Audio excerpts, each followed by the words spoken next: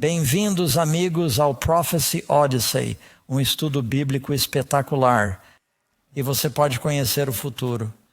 E somos muito gratos por todos os nossos amigos que estão participando da nossa audiência ao vivo aqui na cidade de Nova York e na minha cidade natal. Não tenho voltado há algum tempo. Tem sido divertido viajar e ver alguns dos locais conhecidos. Quero novamente dar as boas-vindas àqueles que estão assistindo online ou pela televisão. E queremos incentivá-los e lembrá-los de que neste momento este é um programa ao vivo. Enquanto falamos, você pode estar enviando uma mensagem de texto para seus amigos e dizer a eles que a Prophecy Odyssey começou. E você pode simplesmente acessar o site do Prophecy Odyssey. Pode assisti-lo ao vivo ou por meio de vários outros. É da internet, sites de mídia social onde ela está sendo transmitida. Estamos realizando uma série de estudos que tratam de alguns dos temas mais importantes da profecia. E estou muito grato por nossa audiência ao vivo aqui esta noite, porque vocês terão um estudo bíblico de força industrial. Estamos falando de algo muito importante que abrange um grande período do tempo bíblico. Vamos cobrir 1000 anos. Em cerca de 50 minutos. Trata-se do grande dia do julgamento.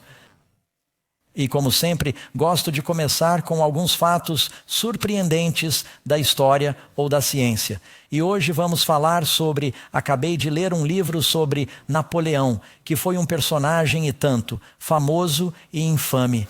Ele conquistou grande parte da Europa no século XIX. E começou como um cabo brilhante. Ele estava lidando com a artilharia da Córcega, que não era da França. Ele subiu na hierarquia do exército francês durante a Revolução Francesa. Ele era extremamente inteligente, era um prodígio.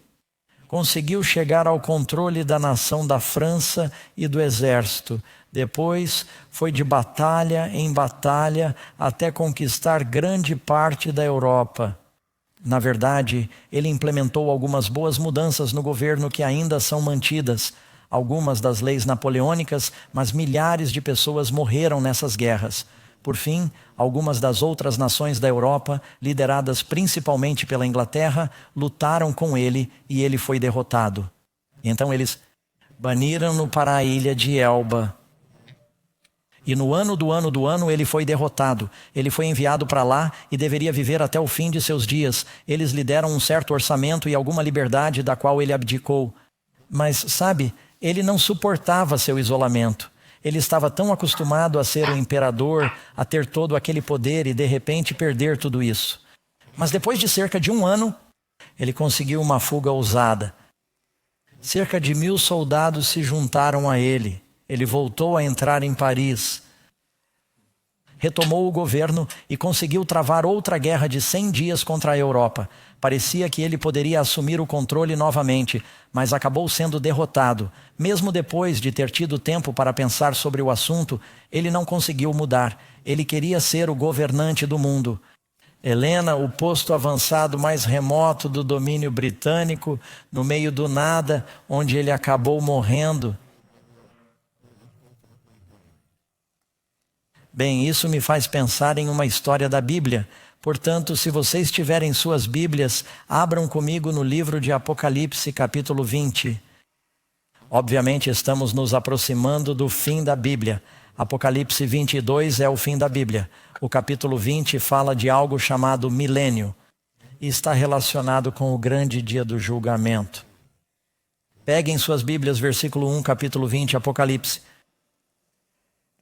Vi descer do céu um anjo que tinha a chave do poço do abismo e uma grande corrente em sua mão. E ele prendeu o dragão, a antiga serpente, que é o diabo e Satanás, e o amarrou por 1000 anos. E lançou-o no abismo, e fechou-o, e pôs sobre ele um selo, para que não enganasse mais as nações, até que os 1000 anos se acabassem. Mas depois dessas coisas ele deve ser solto por um pouco de tempo. Você pode pular para o versículo 7. Agora, quando os 1000 anos tiverem expirado, Satanás será solto de sua prisão e sairá para enganar mais uma vez as nações que estão nos 4 cantos da terra, Gog e Magog, a fim de reuni-las para a batalha, cujo número é como a areia do mar. Eles cobrem a terra como uma nuvem. e foram sobre a largura da terra e cercaram o acampamento dos santos, a cidade amada. Essa é a nova Jerusalém que descerá no próximo capítulo. E desceu fogo do céu da parte de Deus e os devorou. E o diabo que os enganava foi lançado no lago de fogo e enxofre, onde estão a besta e o falso profeta. E eles serão atormentados dia e noite, para todo o sempre. Do que isso está falando? Como é possível que o demônio esteja preso por 1000 anos? E se você tem o diabo amarrado, por que diabos você o soltaria? Certo? Sim, muitas pessoas não sabem muito sobre o milênio, embora seja um período de 1000 anos muito importante na Bíblia. Agora, alguns de vocês não estavam aqui. E, portanto, talvez não tenham visto onde ilustrei que há 7 épicos na história da Bíblia. A Bíblia nos diz no capítulo 3 de 2 Pedro que um dia para o Senhor é como 1000 anos e 1000 anos como um dia. E Pedro está citando o Salmo 90, onde diz que 1000 anos à sua vista são como um dia que se acaba. Assim, quando você soma as idades na Bíblia, ela nos diz que Adão viveu 930 anos. E você começa com Adão. E depois de 2000 anos, chegamos à época de Abraão. Portanto, nos primeiros 2000 anos, temos a epopeia dos patriarcas. Deus compartilha o evangelho por meio dos patriarcas. Adão, Enoque, Matusalém, Noé. Havia algumas pessoas fiéis, Sete e assim por diante. Depois Abraão, ele é chamado para sair de Ur dos Caldeus. Deus chama Abraão e diz: vou dar à sua nação os oráculos da verdade. O Messias virá por meio de seus descendentes. Nos 2000 anos seguintes, de cerca de 2000 a.C. até 4 a.C. Bem, na verdade, de 2004 a.C. a 4 a.C. foi quando Jesus nasceu. Mais 2000 anos, a próxima epopeia. Você tem Deus pregando o evangelho por meio? E nação judaica para os guardiões da palavra. Eles apresentaram Jesus como o Messias ao mundo e as Bíblias e as Escrituras se espalharam por toda parte. Então Cristo nasceu. Cerca de 4 anos antes de Cristo. Eu sei que você está se perguntando, como Jesus pôde nascer 4 anos antes de Cristo? Quando eles estabeleceram esse método de datação, fizeram uma suposição fundamentada. Anos depois, descobriram que estavam errados. Porque sabemos que Herodes o Grande, que queria matar Jesus ainda bebê, ele morreu em 2 anos antes de Cristo. Cristo tinha de nascer antes de morrer, e sabemos que Jesus foi batizado no 15º ano de Tibério César, 27 d.C., quando tinha 30 anos de idade. Portanto, não deixe. Isso confunda você. Acho que já confundi você. De qualquer forma, há 2000 anos. Darei. Abraão até Cristo. Agora, aqui estamos nós hoje. 2000 anos depois de Cristo. Total de 6.000, se o Senhor é como 1000 anos, nós somos como 6.000 anos. E então viveremos e reinaremos com Cristo por um sábado de 1000 anos. Você sabe, os judeus tinham um programa em que você cultivava a sua terra por 6 anos e depois a deixavam desolada por 1 ano. Deixe-me ler algo para vocês na Bíblia. Se tiverem suas Bíblias com vocês ou se estiverem assistindo em casa, vão para o último capítulo de 2 Crônicas. Há uma declaração muito interessante que fala sobre o que aconteceria com os filhos de Israel aqui. Deixe-me voltar. Tenho todas essas pequenas abas marcando as diferentes passagens aqui. 2 Crônicas, capítulo 36. Os filhos de Israel são levados para a Babilônia. Eles não estavam guardando o sábado anual de 7 anos. A cada 6 anos eles cultivavam suas terras. Em seguida deveriam deixá-la descansar. A cada 6 anos eles poderiam ter um servo hebreu, mas deveriam deixá-lo livre. Eles não os estavam liberando, não estavam deixando a terra descansar. E Deus disse: se vocês não quiserem fazer isso voluntariamente, vou forçá-los. E durante esses 490 anos em que não descansaram na terra, vou tirar 1 ano e colocá-los em cativeiro. E farei com que a terra guarde o sábado. Aqui está o que diz. Em 2 Crônicas, capítulo 36... lendo o versículo 21. Para que se cumprisse a palavra do Senhor pela boca de Jeremias, até que a terra gozasse os seus sábados, enquanto estivesse desolada durante 70 anos. Ela guardou o sábado para cumprir 70 anos. Portanto, quando a terra de Israel estava desolada, a Bíblia diz que ela estava guardando o sábado. Durante o milênio, este mundo está desolado, guardando o sábado. Isso significa que estamos à beira de, pode-se dizer, o pôr do sol para o mundo. E então haverá 1000 anos em que viveremos e reinaremos com Cristo. Portanto, vamos começar nossa lição sobre esse período milenar. Pergunta número 1. O que começa? Que eventos marcam o início dos 1000 anos? Resposta. E 1 Tessalonicenses 4:16. Não se esqueça de que você pode dizer as respostas em azul. Isso ajuda outras pessoas a preenchê-las. O próprio Senhor descerá do céu com um brado e os mortos em Cristo ressuscitarão. O início do milênio é marcado pela vinda do Senhor. Esse é o evento supremo da história que marcará isso. E não sei quanto a vocês, amigos, mas estou ansioso por isso. Sabe, em Atos, capítulo 1, é dito que os discípulos viram Jesus subir nas nuvens e que ele voltará nas nuvens da mesma forma que veio, mas seus pés não tocam o chão. Ele disse aos discípulos, João 14, eu vou preparar um lugar para vocês. E se eu for e preparar um lugar para vocês, voltarei novamente. Você acredita em Jesus? E vos receberei para mim mesmo, para que onde eu estiver estejais vós também. De fato, temos uma pequena visão da segunda vinda bem aqui. Estou me perguntando se eu pudesse pular nesse buraco, o que aconteceria? Isso é incrível, a realidade que eles têm aqui. Você tem a segunda vinda de Jesus. Você sabe o que são as nuvens? É H2O?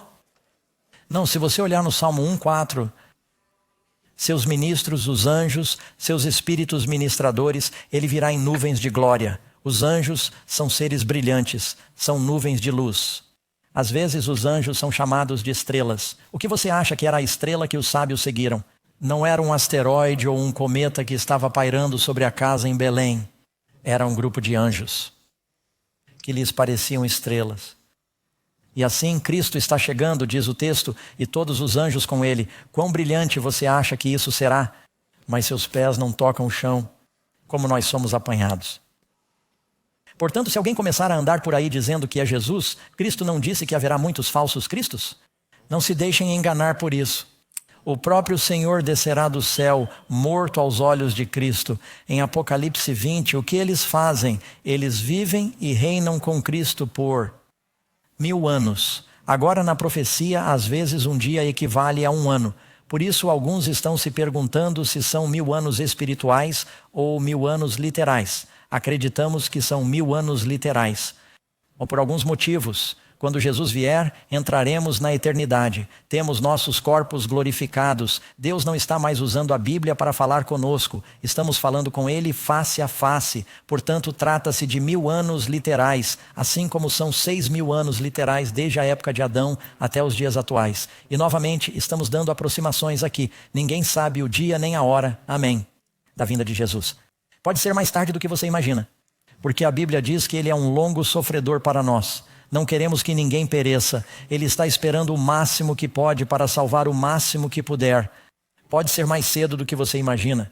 Pois ele disse, na hora em que não penseis, virá o Filho do Homem e o consumará em justiça. Portanto, não tente prever o dia ou a hora da vinda de Cristo. Agora você vai me ouvir usar a palavra milênio. A palavra milênio não aparece na Bíblia. É apenas um termo teológico. É uma combinação de 2 palavras gregas. Acho que na verdade é latim, milai e annum.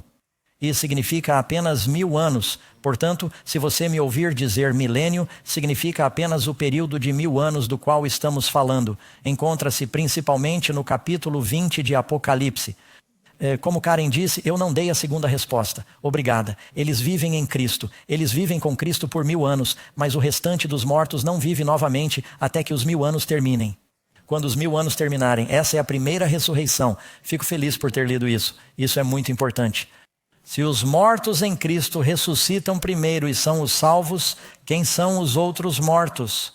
Eles são os perdidos. Há apenas um outro grupo restante, certo? Se todos os bons são salvos, então o que resta? Os maus. E assim eles não aparecem até o fim. Jesus disse que há 2 ressurreições.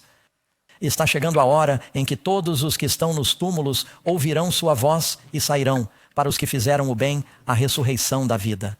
os que fizeram o mal, a ressurreição da condenação ou a ressurreição da condenação. Você encontra isso também no capítulo 12 de Daniel. Naquela época, Miguel se levantará, o grande príncipe que representa os filhos de seu povo. E haverá um tempo de angústia como nunca houve desde que existiu uma nação até aquele tempo. E nessa ocasião, muitos dos que dormem no pó da terra despertarão. Alguns para a vida eterna, outros para a vergonha e o desprezo eterno. A Bíblia separa essas ressurreições em 1000 anos. Vamos falar mais sobre isso. Número 2. O que mais acontecerá na primeira ressurreição? Resposta, 1 Coríntios 15, versículo 51. Nem todos dormiremos, mas todos nós seremos o quê? Transformados em um momento, em um piscar de olhos, ao som da última trombeta, pois a trombeta soará e os mortos ressuscitarão incorruptíveis. Diz que ele transformará nosso corpo humilde para que seja conforme o seu corpo glorioso. Corpo glorioso. Agora, amigos, não sei se vocês já pensaram nisso, mas haverá uma geração de pessoas vivendo no mundo. A que não morrerá. Não tenho necessariamente medo da morte, mas se eu pudesse escolher, preferiria estar nesse grupo. Acho que todos nós temos uma aversão natural à morte. Acho que Woody Allen disse, não tenho medo da morte, só não quero estar lá quando ela acontecer. Portanto, eu não deveria estar citando, desculpe-me. Mas é assim. Sabe, há uma experiência em que Jesus aparece no Monte da Transfiguração. Em vez disso, Jesus está no Monte da Transfiguração e Moisés e Elias aparecem. Moisés morreu, mas foi ressuscitado em uma ressurreição especial. Você leu sobre isso no livro de Judas, versículo 9. Elias não morre, ele é transladado. Isso significa que ele é arrebatado. E vai para o céu sem morrer. Quem mais foi para o céu sem morrer? Enoque? Não, algumas pessoas. E haverá um grupo inteiro de pessoas na segunda vinda que não morrerá. Mas em um momento, em um piscar de olhos, receberemos nossos corpos glorificados e seremos arrebatados no ar para encontrar aqueles que acabaram de ser ressuscitados. Amém. Quero fazer parte desse grupo. Se o Senhor me pedir, essa será a minha primeira opção. Mas eu só quero ser salvo. Amém. O que acontece com os ímpios? Você pode ler sobre isso em 2 Tessalonicenses 2, versículo 8. Então, o iníquo, que significa o anticristo, não está falando especificamente sobre o diabo aqui. Significa o elemento humano. Depois, o iníquo e todos os ímpios. A quem o Senhor fará o quê? Destruirá com o resplendor da sua vinda, a vinda de Cristo, e a glória de Deus será como um lança-chamas. Para os iníquos, mas não vai ferir os justos. Quantos se lembram de quando aqueles 3 hebreus estavam em uma fornalha ardente com Jesus e não se queimaram de forma alguma? A única coisa que foi queimada foram as cordas que os prendiam. Você pode passar pelo fogo, mas Cristo diz, eu irei com você. Alguns passaram pelo fogo, outros pelo dilúvio, outros pela água, mas todos pelo sangue. Amém. Então você pode ler em Apocalipse 16, versículo 18, versículo 20 e 21, houve um grande terremoto. É assim que se chama na Califórnia, eles sempre dizem que um dia teremos um grande terremoto. Eles acham que se algum dia tivermos um terremoto em São Francisco, como o que aconteceu no Alasca em 1964, ou o que aconteceu na Indonésia em 20004, se tivermos algo com 9 graus na escala Richter, isso vai nivelar completamente a função. Ou em Los Angeles, vivemos em uma zona de falha. Lá, não tanto em Sacramento, onde moramos, pois teremos propriedades à beira-mar se isso acontecer. Mas as pessoas que estão na falha de San Andreas sofrerão um grande abalo. Isso não é nada comparado a este. Este será de 55 graus na escala Richter. Os montes são engolidos, as ilhas desaparecem, a terra inteira está tremendo como uma cana ao vento, diz a Bíblia. Como um terremoto, como nunca houve desde que há homens sobre a terra, todas as ilhas fugiram e os montes não foram encontrados. E uma grande saraivada cai do céu sobre os homens. Diz que as pedras de granizo pesam 1 talento. Agora, há alguma discordância entre os estudiosos, porque eles têm o talento egípcio e o talento hebraico e o talento babilônico. Mas isso não importa, porque eles estão em algum lugar entre 55 e 75 libras. Pedras de granizo, se você pode imaginar isso. Apocalipse 20, versículo 1 e 2, e durante esse tempo, e um anjo Provavelmente Gabriel, que assumiu o lugar de Lúcifer, agarrou o dragão, a antiga serpente que é o diabo e Satanás, e o prendeu por 1000 anos. Em 1 minuto falaremos sobre como ele foi amarrado e onde ele foi amarrado. Pergunta número 3. Quem ressuscitará na segunda ressurreição? E quando isso ocorrerá? Já falamos sobre isso, mas vamos ler os versículos. Todos os que estão nos túmulos ouvirão a sua voz e sairão, os que tiverem feito o bem para a ressurreição da vida, e os que tiverem feito o mal, o que terão feito? O mal. Então quem está nessa ressurreição? Os perdidos. Eles não confessaram e não abandonaram seus pecados. A ressurreição da condenação. Agora, quantos aqui fizeram o mal? Todos nós pecamos. Portanto, nossa única esperança é ter nossos pecados perdoados. Mas se não estivermos sob o sangue, se não tivermos nos rendido a Jesus, estaremos na ressurreição errada. A propósito, se você sair da sepultura e ainda tiver rugas, isso não é bom. Você está na ressurreição errada. Se você sair da sepultura e olhar para a sepultura ao seu lado e lá estiver Adolf Hitler, isso não é bom. Você está na ressurreição errada. Ele diz, acho que não li isso. O mal e a ressurreição da Bíblia chamam isso de condenação para condenar. Jesus disse, eu não vim ao mundo para condenar o mundo, mas para salvar o mundo. Já estamos condenados por nosso pecado, precisamos ser salvos dessa condenação, estamos sob a lei, Jesus quer nos salvar da penalidade da lei. Amém? O restante dos mortos, Apocalipse 20:15, não voltará a viver até que se completem os 1000 anos, ou seja, quando os 1000 anos terminarem, e os ímpios serão ressuscitados para um julgamento. Mas é mais do que apenas o julgamento. Observe aqui, número 4. Qual é a condição do mundo durante os 1000 anos? Falamos sobre os eventos que iniciam os 1000 anos. Jesus vem, somos arrebatados para encontrá-lo. Se estivermos vivos, receberemos nossos corpos glorificados. Os mortos em Cristo ressuscitam com corpos glorificados. Lembro-me de mostrar uma imagem, acho que a mostrei há 1 minuto na tela, de uma mãe abraçando seu bebê na ressurreição. Depois do programa, uma senhora veio até mim em lágrimas e disse, você pode me dar essa foto? Ela disse, perdi 2 filhos. E ela disse, eu só espero vê-los novamente na ressurreição. E haverá grandes reencontros nessa época, amigos. Então, qual é a condição do mundo durante os 1000 anos? Eis que o Senhor faz a terra, o quê? Esvazia e a desperdiça. Não, espere. Alguns de vocês estão dizendo, Pastor Doug, pensei que vivêssemos e reinássemos com Cristo aqui embaixo. Você sabe, há bons cristãos por aí, há 2 grupos principais. Um grupo acredita que estamos aqui na Terra. Se você ler os livros deixados para trás, ou seguir Hal Lindsey ou Tim LaHaye, eles acreditam que estamos aqui na Terra durante os 1000 anos. Os protestantes tradicionais acreditam que estamos vivendo e reinando com Cristo em glória durante os 1000 anos. A Bíblia diz que estamos com Ele e que os ímpios serão destruídos. O grupo Left Behind, deixados para trás, diz que os justos que têm vida eterna estão reinando sobre os ímpios que ainda estão morrendo. Não sei quanto a você, mas eu não quero reinar sobre os ímpios. Quero estar com Cristo. Vamos descobrir o que a Bíblia diz. A Bíblia diz, qual é a condição da terra? Eis que o Senhor esvazia a terra, Ele a desperdiça. Leia em Jeremias 4, versículo 23. Contemplei a terra e, de fato, ela estava sem forma e vazia. Agora, se eu parar por aqui, você vai pensar, bem, isso parece com Gênesis.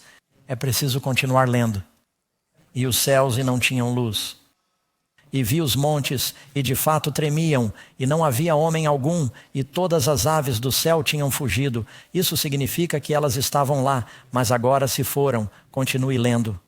E a terra frutífera era um deserto e todas as suas. Cidades foram destruídas, a terra está coberta de cidades destruídas. Por quê? Por causa da presença do Senhor e do furor de sua ira. Veja que o Senhor, quando começou a criação, a terra era sem forma e vazia. E Ele a tornará sem forma e vazia novamente antes de recriá-la. Essa terra será um lugar escuro, desolado e destruído. O diabo terá que ver os resultados de seu governo por 1000 anos. Ele está preso. Ouça este versículo. Jeremias 25, 33.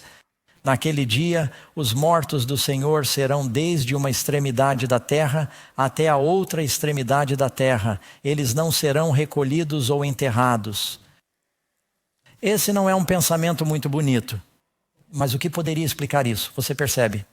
E o cenário deixado para trás da profecia? Não há tempo em seu esquema quando a terra estiver desolada.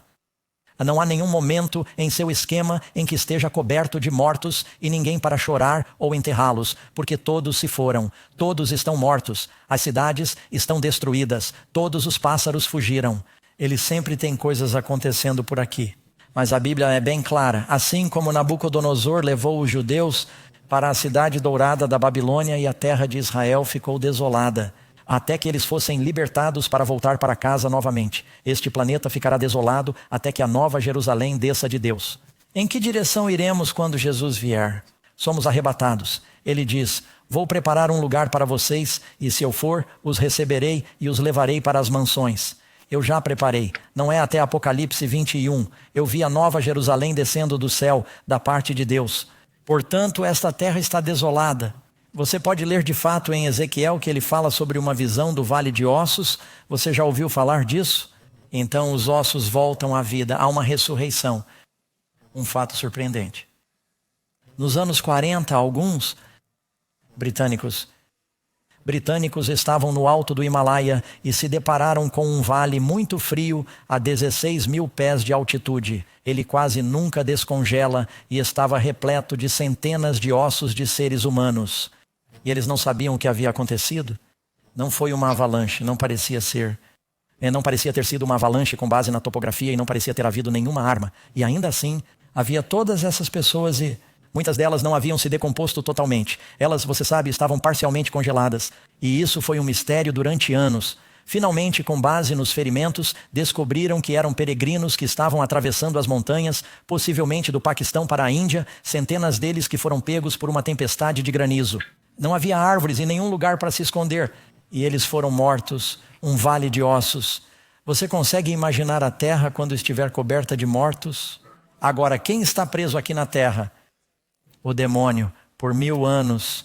Onde estarão os santos durante os 1000 anos e o que estaremos fazendo? Ele diz: voltarei e os receberei para mim mesmo, para que onde eu estiver, vocês estejam com Jesus. É como um sábado de 1000 anos. Você sabe, a Bíblia diz que 6 dias você trabalha no 7º dia. Nós vamos e nos reunimos com outros crentes. E geralmente você não fica em casa, você vai se reunir. Vamos passar um sábado de 1000 anos com Jesus no reino. Amém. E há coisas acontecendo lá sobre as quais falaremos, mas estamos vivendo e reinando com Cristo. Não estamos reinando sobre os ímpios. Jesus disse que nos sentaremos em 12 tronos, reinando sobre as 12 tribos. Estamos reinando sobre os redimidos. Estamos sendo embaixadores do Senhor em todo o universo. Eu não quero reinar sobre os iníquos. Você quer? Não. Eu vi tronos. Eis o que estamos fazendo. Leia em Apocalipse capítulo 20, versículo 4. Eu vi tronos, e eles se sentaram neles, e o julgamento foi confiado a eles, e eles viveram e reinaram com Cristo por 1000 anos. Agora, que tipo de julgamento está ocorrendo durante esse período? Vou ler a segunda parte da resposta daqui a pouco. Quando você chegar ao céu, teremos perguntas. Quantos de vocês terão perguntas? Dizem que haverá 3 surpresas quando você chegar ao céu. A surpresa número 1 é que você estará lá. A surpresa número 2 é que haverá algumas pessoas lá e você pensará: como elas chegaram aqui? Pense nisso por um minuto. Se você conhece sua Bíblia, Estevão, o mártir, está no céu. E seu anjo está lhe fazendo uma visita guiada. E ele diz que aqui está sua bela mansão e que você tem essas estrelas em sua coroa porque foi o primeiro mártir. Você defendeu Jesus e há um desfile que passa e os anjos estão carregando Paulo em seus ombros nesse desfile. E Estevão vai. O que ele está fazendo aqui? Da última vez que eu vi, ele era cúmplice do meu assassinato.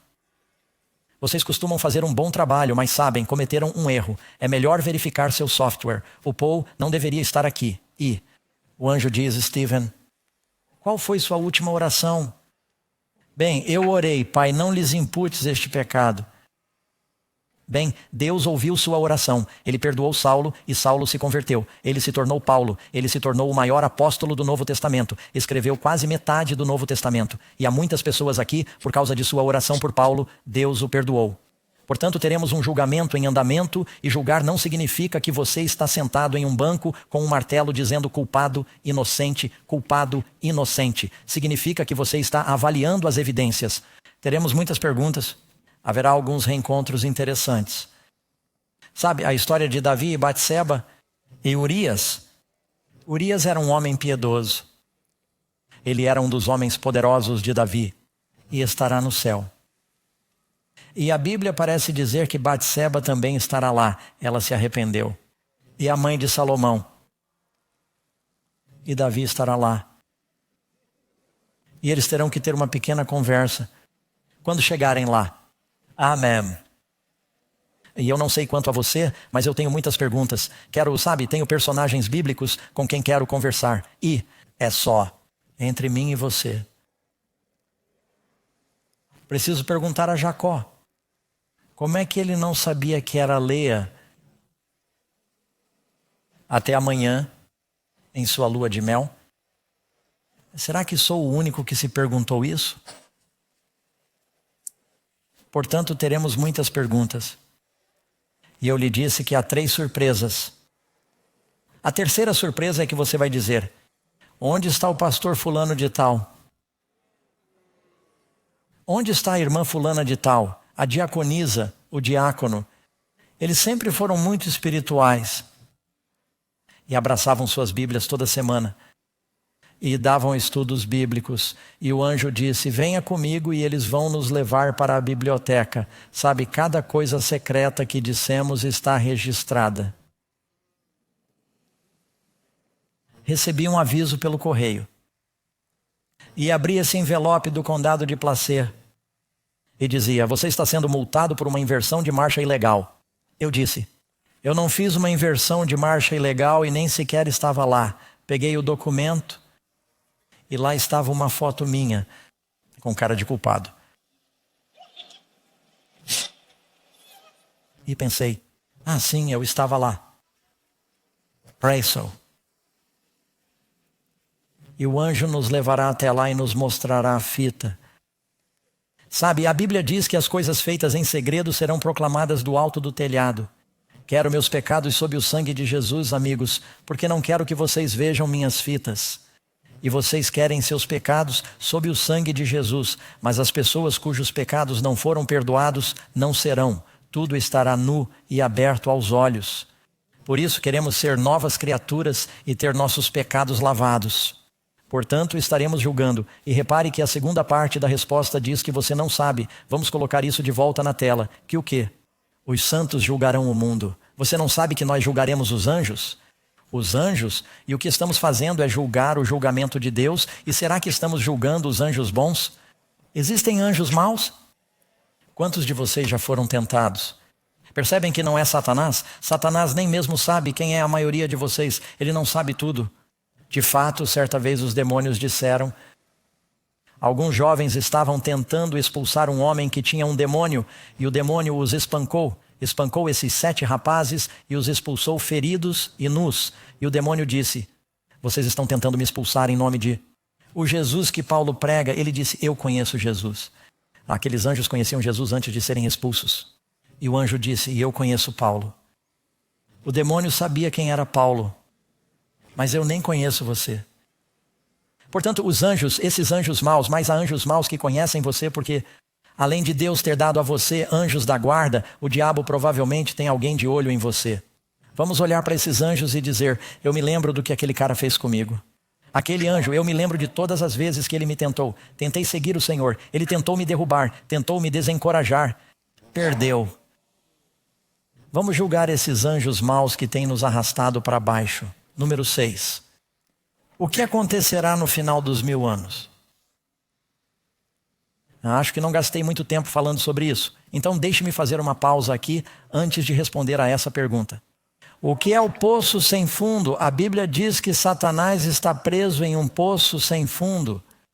Essa não é a melhor tradução. Você a encontra na King James e em algumas outras. A palavra grega é Satanás está preso no abusos. E essa palavra abusos é a mesma palavra que você encontra no Antigo Testamento grego, onde diz que no princípio Deus criou o mundo e a palavra era vazia. Abusos. Isso significa que era como um vazio, caótico. É um mundo sem pessoas para tentar ou manipular. Vou lhe dar mais uma prova.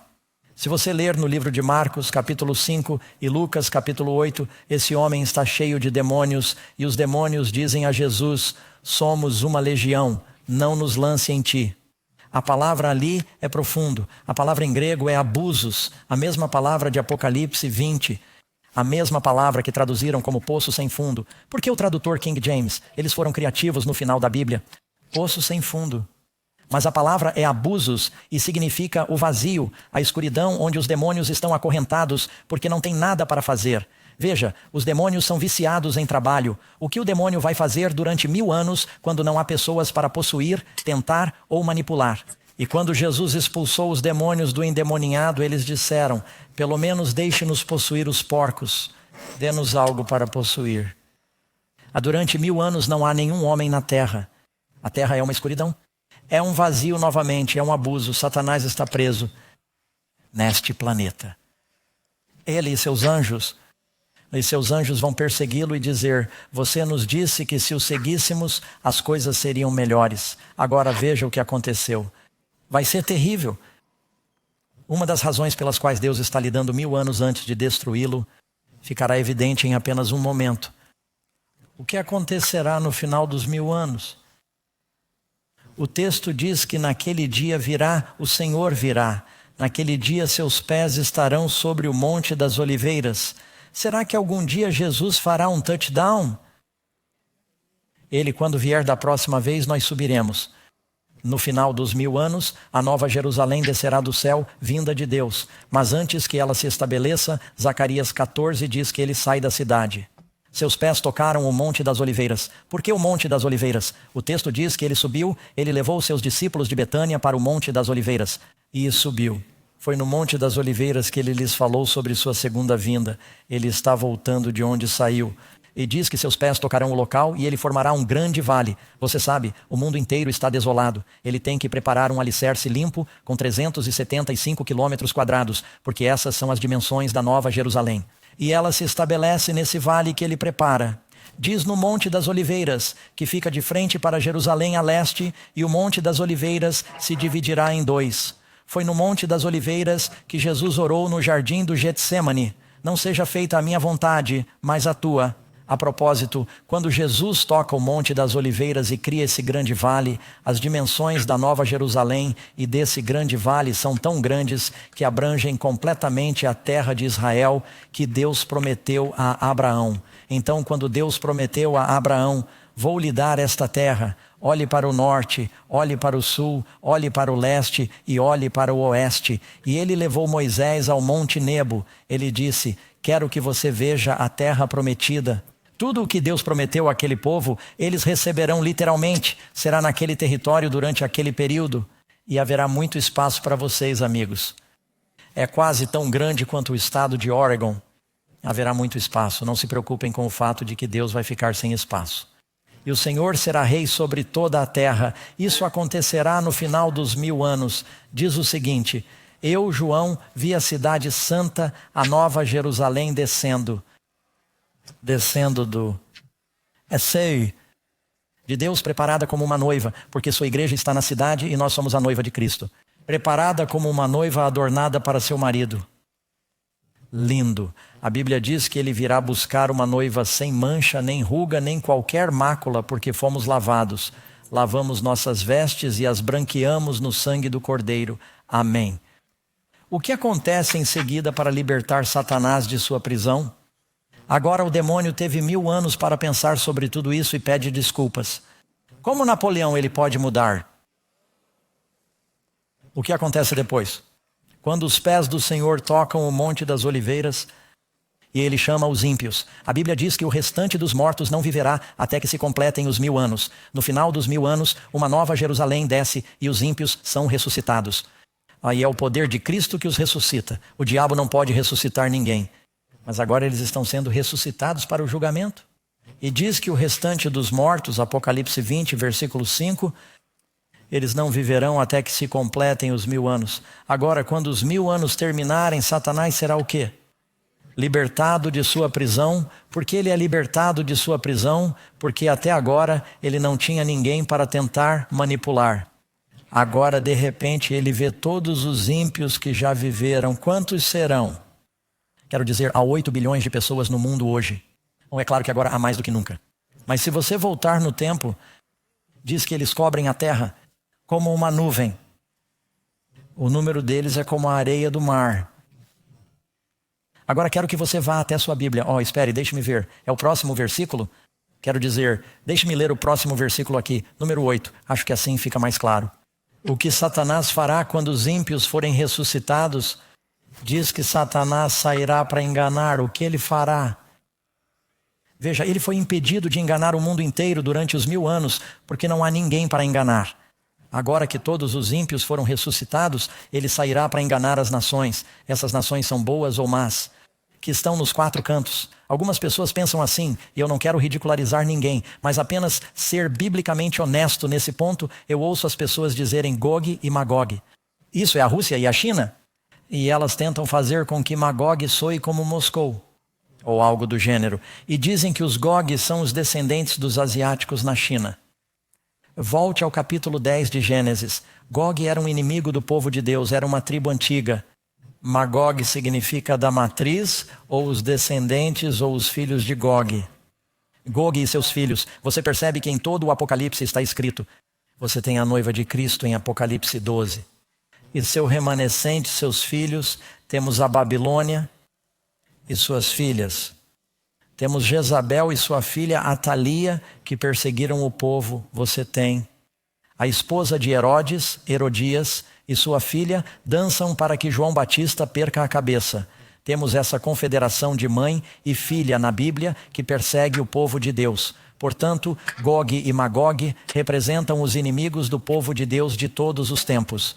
Agora, se você não acredita em mim, deixe-me terminar de ler meu versículo aqui. Fico empolgado, mal posso esperar para lhe contar. Eles sairão para enganar as nações que estão nos 4 cantos da terra, Gog e Magog. O texto diz 4 cantos da terra, não diz Rússia. Isso significa norte, sul, leste, oeste. Eles cobrem toda a terra. Para reuni-los para a batalha. Esse é o fim definitivo da batalha do Armagedom. O início da batalha do Armagedom é antes dos 1000 anos, quando se diz que o dragão faz guerra contra a mulher. A última parte da batalha é no final dos 1000 anos. O número é como a areia do mar, e eles foram sobre a largura da terra, estão cobrindo o planeta.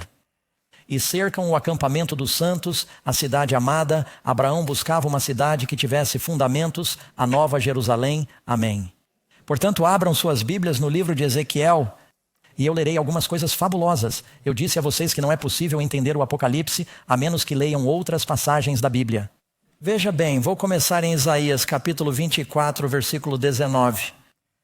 A terra é violentamente quebrada, a terra é fendida, a terra é extremamente abalada, a terra cambaleará como um bêbado, esse é o grande terremoto, e cambaleará como uma cabana. Sua transgressão será pesada sobre ela, cairá e não se levantará mais.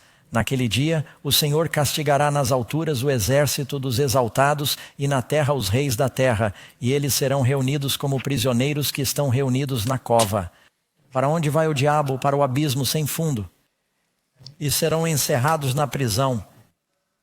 E depois de muitos dias, 1000 anos, serão castigados. Agora observe o texto. Vá para Ezequiel capítulo 38, versículo 1. E veio a mim a palavra do Senhor, dizendo: Filho do homem, dirige o teu rosto contra Gog, na terra de Magog, príncipe de Rosá, Mesaque e Tubal, e profetiza contra ele. E dize: Assim diz o Senhor Deus: Eis que estou contra ti, ó Gog, príncipe de Rosá, Mesaque e Tubal. Eu o farei voltar, porei anzóis em suas mandíbulas, e o levarei para fora com todo o seu exército, cavalos e cavaleiros, todos esplendidamente vestidos, ou seja, para a batalha, uma grande companhia com paveses e escudos, todos eles manejando espadas. Pérsia, Etiópia e Líbia. Ele inclui todos os inimigos aqui. Com eles, todos com escudo e capacete, Gomer e todas as suas tropas na casa de Toregum, do extremo norte, e suas tropas. Por que se diz norte? Isso não significa a Rússia. Satanás disse, quero me sentar nos lados do norte. Isso significa o lugar mais alto. E todas as suas tropas e muitas pessoas com você. Essa é uma batalha, a grande batalha do dia de Deus, quando todos os ímpios vierem contra o Senhor. Leia o versículo. Ezequiel 38, vá para o versículo 8. E depois de muitos dias, a mesma coisa que Isaías disse, isso é depois dos 1000 anos. Vocês serão visitados. Nos últimos anos vocês virão à terra, aqueles que foram trazidos de volta da espada e reunidos dentre muitos povos nas montanhas de Israel, que há muito estavam desoladas. Qual era a condição do mundo? Desolado. E eles foram tirados das nações e agora todos eles habitam em segurança. Os justos estão na Nova Jerusalém. Você subirá vindo como uma tempestade, cobrindo a terra como uma nuvem. Isso é o que lemos na Revelação. Eles cobrem a terra como a areia do mar. Você e todas as suas tropas e muitas pessoas com você. Assim diz o Senhor Deus que naquele dia surgirão pensamentos em sua mente e você fará um plano maligno e dirá: subirei contra a terra das aldeias não muradas para lutar contra a Nova Jerusalém. Irei a um povo pacífico que habita em segurança, e todos eles habitam sem muros e não têm ferrolhos nem portas. Ezequiel 38, versículo 14. Portanto, ó filho do homem, profetiza e dize a Deus, assim diz o Senhor, naquele dia quando o meu povo Israel habitar seguro, porventura não o saberás? Então você virá do seu lugar, do extremo norte, você e muita gente com você, todos montados em cavalos, uma grande companhia e um poderoso exército. Você virá contra o meu povo como uma nuvem e cobrirá a terra, e isso acontecerá nos últimos dias. Eu os trarei contra a minha terra para que as nações me conheçam e sejam santificadas em mim. E chamarei a espada contra Gog em todas as minhas montanhas, diz o Senhor Deus. A espada de cada um será contra o seu irmão, e eu os trarei a julgamento com pestilência e derramamento de sangue, e farei chover sobre ele e suas tropas, e sobre os muitos povos que estão com ele, uma chuva inundante, grandes pedras de granizo de fogo e enxofre. Não diz Deus que chove revelação de fogo e enxofre? Assim eu me engrandecerei e me santificarei, e serei conhecido aos olhos de muitas nações. Elas saberão que eu sou o Senhor. Isso é o que você está lendo na abundância de Apocalipse. Tudo foi extraído de Ezequiel e Isaías. Temos que conhecer o contexto dessa grande batalha final que está ocorrendo. Nesse momento crucial, tudo vai parar. Satanás vê todos os ímpios que já viveram, e ele disse, há mais de nós do que deles. Ele não mudou, não se arrependeu. Ele diz, vamos atacá-los. E ele se reúne, ele ainda é um ser poderoso. Tenha em mente, o mais poderoso do universo é o Pai, o Filho e o Espírito Santo. O número 4 foi o primeiro ser criado, Lúcifer. Ele toma seu poder e inspira todas as multidões de mortos, e eles não recebem corpos glorificados. E não sei exatamente, Deus os junta para que saibam o que está acontecendo, mas eles estão funcionando, certo? E ele diz que podemos tomar a cidade, e eles, em vez de se arrependerem, e sabendo que estão do lado de fora, eles ainda estão dispostos a ouvir o diabo. Deus está se preparando para destruir os perdidos. Há pessoas na cidade que amam algumas pessoas que estão do lado de fora. Deus ama os perdidos. Deus tem de mostrar que não tem escolha. Mesmo depois de 1000 anos, quando eles saem de seus túmulos, ainda estão prontos para dar ouvidos a Lúcifer. E ele lança esse ataque. A Bíblia diz que ele está solto por um tempo. Não sabemos quanto tempo é esse. Eles preparam os instrumentos de batalha. Eu não sei. O texto diz que Moisés recusou os prazeres do pecado por um tempo.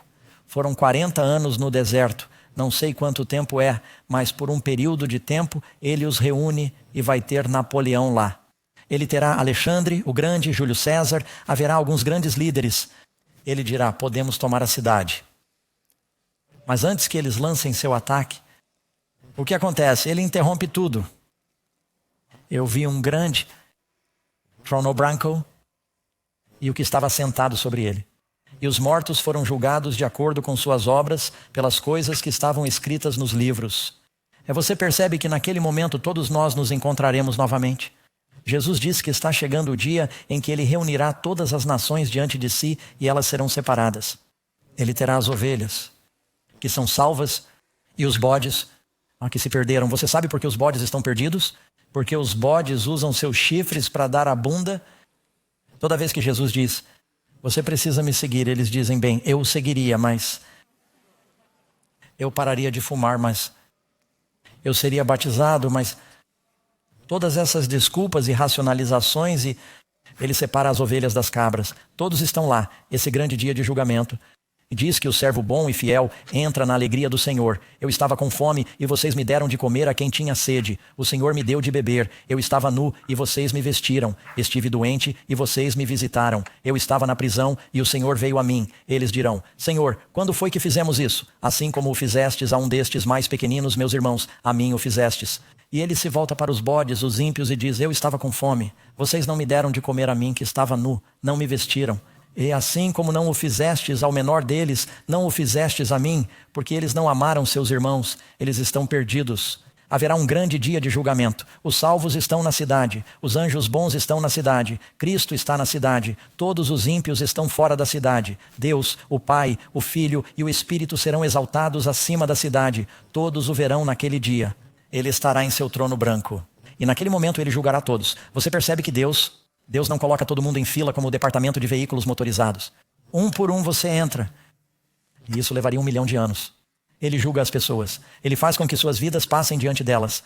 Elas veem como ele fez tudo o que podia para salvá-las, mas elas estavam preocupadas demais com o pecado. E, por fim, todo joelho se dobrará. O que acontece depois que os ímpios são julgados? Como eu vivo, diz o Senhor. Quantos? Todo joelho se dobrará diante de mim e toda língua confessará a Deus. Ao nome de Jesus, Filipenses 2, versículo 10. Todo joelho se dobrará, dos que estão no céu e dos que estão na terra, dos que estão debaixo da terra. Até mesmo o diabo será finalmente forçado a se curvar diante de Cristo e dizer, Deus é bom e eu estava errado. Que ao nome de Jesus toda língua confessará que Jesus Cristo é o Senhor para a glória do Pai. Cristo disse, Satanás, prostre-se e adore-me. Ela disse, não, adore somente a Deus. Satanás vai se prostrar e adorar a Jesus. E ouvi uma grande voz do céu, uma multidão no céu dizendo, verdadeiro e o quê? Justos são os seus juízos, todos nós declararemos. Deus é bom. E então, nesse momento, quando perceberem que a situação é desesperadora, Satanás dirá, não, ainda não é tarde demais. Lutem contra a cidade. E todos eles vão se voltar uns contra os outros, como acabamos de ler em Gog e Magog. E todos vão se culpar mutuamente e haverá caos e derramamento de sangue. E o fogo descerá do céu vindo de Deus. E eles serão julgados. Essa é a 11ª pergunta. O que acontece depois? O fogo desce do céu vindo de Deus e os devora.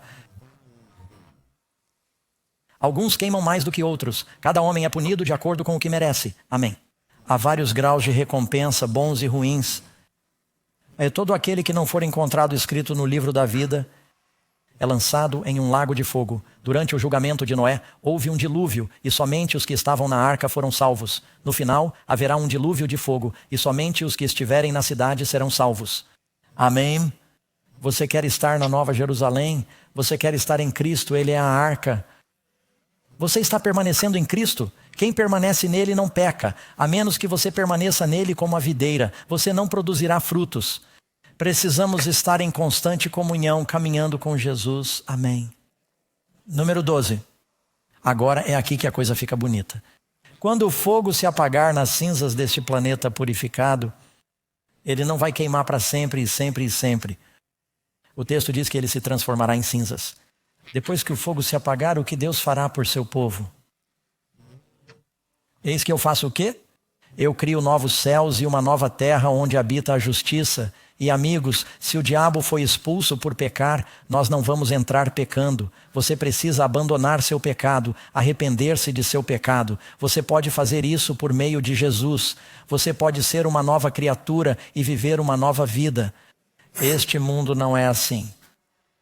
E ficamos distraídos com nossos telefones celulares, a mídia e o entretenimento. De alguma forma, achamos que é tudo isso. Não é isso. Isso é planejamento para o que realmente importa. Não deixe que o diabo o distraia com as preocupações desta vida para que você perca a eternidade. Você pode viver para sempre. Jesus quer lhe dar a vida eterna para que você não pereça. De acordo com sua promessa, esperamos um novo céu e uma nova terra onde habita a justiça. E onde será isso? Abençoados são os mansos, eles herdarão a terra aqui. Ele vai criar um novo mundo aqui. Deus tinha um plano original. O diabo bagunçou tudo. Deus não vai deixar que o diabo faça o que quer. Ele diz, vou fazer o que comecei a fazer. Vou terminar o que comecei. Neste mundo vou criar um paraíso, só que será um upgrade. Porque Deus vai transferir a capital do universo para o nosso planeta e viverá conosco. E a Bíblia diz que veremos sua face. Que privilégio. Nós o veremos face a face. Essa será a maior felicidade e alegria de todas. Que possamos habitar na presença de Deus. Pergunta 13. Onde Deus e os justos finalmente viverão? E o tabernáculo de Deus está com os homens e ele habitará com eles. Bem-aventurados os mansos, eles herdarão a terra. Número 14. O que os redimidos experimentarão na Nova Jerusalém e na Nova Terra é um mundo sem mais dor, sem mais tristeza, sem mais doença, sem mais morte, sem mais morrer. Não haverá mais maldade, não haverá mais crime. Alguns ficarão desempregados. Não haverá mais polícia. Não haverá mais advogados. Não haverá mais médicos. Quero dizer, nós apreciamos o que você faz agora, mas você pode procurar outra ocupação. Vocês podem dizer amém? Então o coxo saltará como um coração. A língua do esterco cantará. O pastor Doug terá cabelos nas costas. Todas as coisas serão restauradas. E ele quer que vocês participem desse reino, amigos. Quantos de vocês querem estar lá? Jesus pagou um preço incrível. Ele morreu e sofreu por cada um de seus pecados. Que pena se ele o disponibilizasse para você e morresse por você em vão, porque você não se voltaria para ele. Acredite nele. Ele quer lhe dar um novo coração, uma nova vida. Não importa quais são seus problemas, Jesus é maior. Vocês acreditam nisso, amigos? Posso orar com vocês? Pai do céu, por favor, abençoe essas pessoas para que elas possam experimentar esse novo nascimento. Salve-nos de nossos pecados. Queremos estar prontos para a sua primeira vinda. Pedimos em nome de Cristo. Amém. Deus os abençoe, amigos. Quando será a nossa próxima reunião? Terça-feira à noite. Viemos da Califórnia. Por favor, venham do Brooklyn. Venham do Queens. Aqueles que estão assistindo, estamos falando sobre a besta do anticristo. Não percam isso. Deus os abençoe e tenham uma boa noite.